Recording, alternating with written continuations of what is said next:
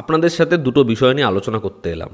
একটা হচ্ছে বাংলাদেশের সবথেকে বড় সুপারস্টার এবং চাপাবাজি ডিরেক্টর, তাদের যে ছবিটা এসেছে সেই ছবিটা আমাদের এখানেও মুক্তি পাবে, বড় ছবি, প্যান ইন্ডিয়া লেভেলে আসবে। সেই ছবিটা বাংলাদেশে কেমন পারফর্ম করছে এবং চাপাবাজির তো লিমিট থাকা দরকার। আর দুই হচ্ছে এই যে তামিল একজন প্রডিউসার, তার দাবি ইউটিউবারদের থিয়েটারে ঢুকতে দেওয়া হবে না এবং ইউটিউবারদের জন্য কাঙ্গুয়া, ভেটাইয়া, ইন্ডিয়ান 2 হার্ম হয়েছে, এই কারণে ছবিগুলো ব্যবসা করতে পারেনি, তাই এদেরকে ব্যান করা উচিত। তো চলো আজকের ভিডিও আমরা স্টার্ট করি। তা প্রথমে যদি আমরা কথা বলি হচ্ছে এই বাংলাদেশে সুপারস্টার তার লেটেস্ট ফিল্ম নিয়ে। দেখুন, কয়েক মাস আগে যখন তার আগের ছবি আসে, যেটা SVF প্রডিউস করেছিল, খুব বড় ছবি ছিল, তখন কিন্তু এখানকার ইউটিউবারদের সাথে বাওয়াল হয়, বিশাল বাওয়াল হয়। সেই ছবিটা এখানে যা ব্যবসা করেছে সেটা আপনারা ভাবতে পারবেন না, রেকর্ড ব্রেকিং। প্রিন্টের যে খরচা সেটা ওঠেনি, প্রডিউসার তো প্রিন্টের খরচা, ছবিটা প্রিন্ট করে তো হলে পৌঁছাতে হবে, সেই যে প্রিন্টের খরচা সেটা ওঠেনি, এত ব্যবসা করেছে। তবে বাংলাদেশের ছবিটা সত্যি অল টাইম ব্লকবাস্টার, বাংলাদেশের রেকর্ড ব্রেকিং কালেকশন করেছে, সেটাকে ডিনাই করা যাবে না।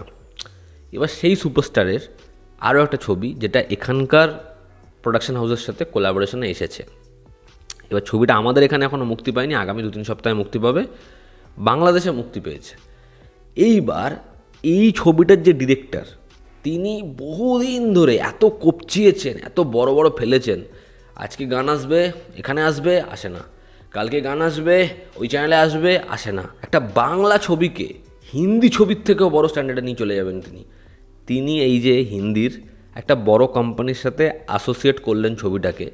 সেই কোম্পানিটা কি আপনারা প্রত্যেকেই জানেন, যাদের পাপা মেরি জান, যাদের রিসেন্ট রিলিজ হওয়া ভুল ভুলাইয়া 3, সেই যে কোম্পানি, তাদের যে মিউজিকের যে ব্র্যান্ড, সেটার সাথে অ্যাসোসিয়েট হয়েছিল আমাদের এই বাংলা ছবিটা। এবং তাদের যে regional channel, Bangla YouTube channel, সেখানে মুক্তি পায় এখানকার এই ছবিটার গান। এই যে কোম্পানিটা, ঠিক আছে, এদের সাথে অ্যাসোসিয়েট হওয়া এই ছবিটার জন্য লাভবান হয়নি যদি আমি বলি, আপনারা কি বিশ্বাস করবেন? মানে যে কোনো ছবির, ধরুন আমার একটা ছবি আছে, ছবিটার মধ্যে 4টে বা 3টে গান আছে, এবার সেই গানটাকে আমি, গানের রাইটসটা আমি একটা কোম্পানিকে বেচে দিচ্ছি, একটা কোম্পানির সাথে অ্যাসোসিয়েটেড হচ্ছি। এবার তার ফলে কি হবে, সে আমাকে টাকা দেবে, আমাদের এই লেনদেনটা টাকার মাধ্যমে হবে। এই যে ছবিটা, এই যে একটা এরকম বড় কোম্পানির সাথে যুক্ত হয়েছে, যুক্ত হয়েও লাভ হয়নি, তাদের অরিজিনাল চ্যানেলে ছাড়েনি, তাদের রিজনাল চ্যানেলে ছেড়েছে, তারা সেটার জন্য টাকা পে করেনি, ঠিক আছে। এবার প্রোডাকশন হাউসের অবস্থা ভাবুন, ঠিক আছে, তারা তো মিউজিক রাইটস, এই যে অ্যাসোসিয়েট হবে সেটার জন্য তো টাকা পায়, সেটা বিক্রি করছে, সেটা পায় না। দ্বিতীয় হচ্ছে, কেন এই ছবিটা বিশাল বড় লস প্রজেক্ট, যেহেতু বাংলাদেশের এত বড় সুপারস্টার রয়েছে, তারা ভেবেছিল ছবিটা বক্স অফিসে হিউজ বিজনেস করবে।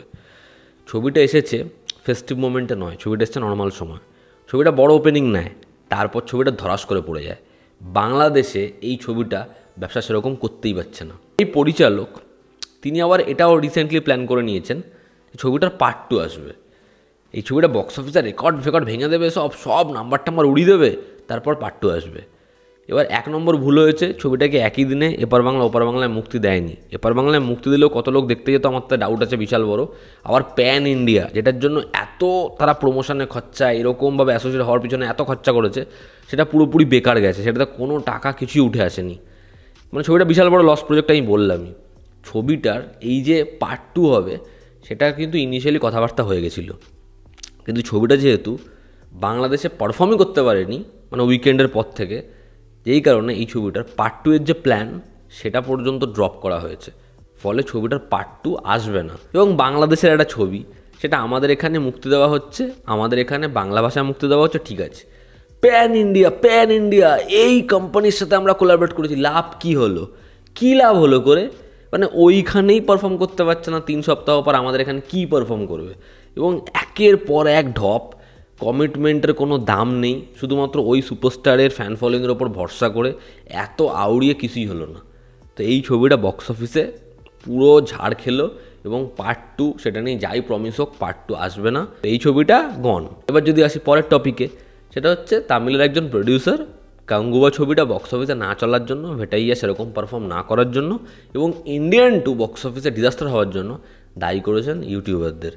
এবার তিনি যে ইউটিউবারদের ব্যান করতে বলেছেন, সেটা কিন্তু আমাদের মতো মুভি রিভিউয়ারদের নয়। হ্যাঁ, ব্যাপারটা ভালো করে বুঝবেন। অনেকে কমেন্ট করে বলে দেন, হ্যাঁ ঠিকই বলেছে, আমি ওনার সাথে অ্যাগ্রি করছি। আরে কী বলেছে পুরো তো জানতে হবে, নাহলে হেডলাইন পড়লে তো হবে না। উনি বলেছেন যারা থিয়েটারে ঢুকে পাবলিক রিয়াকশন নেয় তাদেরকে ব্যান করতে, ঠিক আছে। এবার উনি বলেছেন তার কারণ, যেহেতু ওই প্ল্যাটফর্মে দাঁড়িয়ে তারা পাবলিক রিয়াকশান নিচ্ছে, এবার যেহেতু ওটা প্রপার্টি হচ্ছে এক্সিবিটর তাই তাদের আটকে দিতে পারে, ঠিক আছে। এটা হচ্ছে তার কথা। তার কারণ এই ছবিগুলো পারফর্ম করতে পারছে না, এবং এই ছবিগুলোর ওয়ার্ড অফ মাউথ প্রথম থেকেই খারাপ হয়ে যাচ্ছে, অডিয়েন্স দেখতে আসছে না, আগে এসব ছিল না, এই কারণে ছবির ক্ষতি হচ্ছে। কিন্তু এর সবথেকে উল্টো যেটা দিক সেটা হচ্ছে, ভেটাইয়া ছবিটা কিন্তু ভালো ছবি, এবং ভেটাইয়া ছবিটাকে সবাই ভালো বলেছিল। ছবিটা কেন পারফর্ম করেনি? রজনীর একটা হিউজ ফ্যান্স রয়েছে যারা রজনীকান্তকে দেখতে চেয়েছিল, যে তারা মাস অবতারে দেখবে। ট্রেলার দেখে এরা মনে হচ্ছিল গুলি ঠুলি চালাবে, উড়বে ফুড়বে, অ্যাকশন করবে, মাস এন্ট্রি থাকবে। ভেটাইয়া এমন একটা ছবি যেটা middle of the road film, ঠিক আছে। ছবিটার মধ্যে ওই মোমেন্টসগুলো অল্প আছে, আবার এটা খুব কন্টেন্ট ড্রিভেনও না, মানে পরিচালকের অর্ধেক ছবি, রজনীকান্তের অর্ধেক ছবি। ছবিটা ভালো ছবি, খারাপ ছবি সেটা না, এবং ছবিটার রিভিউ কিন্তু যথেষ্ট পজিটিভ ছিল। এবার রজনীকান্তের ফ্যান্সরা তাদের ওটা দেখে মনে হয়েছে যে না, তারা পায়নি তাদের এলিমেন্টস তাদের বসের কাছ থেকে, যেই কারণে তারা নিরাশ হয়েছে। ওদের আক্ষেপটা তারা প্রথম দিন থেকেই দেখিয়ে দিয়েছে, তার ভালো লাগেনি ছবিটা। কিন্তু ছবিটা কিন্তু সাধারণ অডিয়েন্সের ভালো লেগেছে। ছবিটা বক্স অফিসে হিট হয়নি, মানলাম। ইন্ডিয়ান 2 ওরকম জালি ছবি দুটো হয় না, মানে একদম রোদ্দি সিনেমা। একইভাবে কাঙ্গুয়া তো দেখতে দেখতে কান দিয়ে মুখ দিয়ে পিছন দিয়ে রক্ত বেরিয়ে যাবে, এরকম ছবি। তা সেই ছবিগুলো দেখে অডিয়েন্স তো খিস্তি করবে, এটাই তো স্বাভাবিক। আর দ্বিতীয় কথা, অডিয়েন্সকে আপনি প্রথম দিন আটকাবেন, দ্বিতীয় দিন আটকাবেন, তৃতীয় দিনও আটকাবেন, কিন্তু তারপর একটা ছবি যেটার বাজেট এত, ছবিটা 1000 কোটি টাকা করবে, এই ছবিটা 3 দিনে 1000 কোটি টাকা উঠবে। সিঙ্ঘম অ্যাগেইন, ভুল ভুলাইয়া 3, দুটো ছবি রিভিউ দেখুন।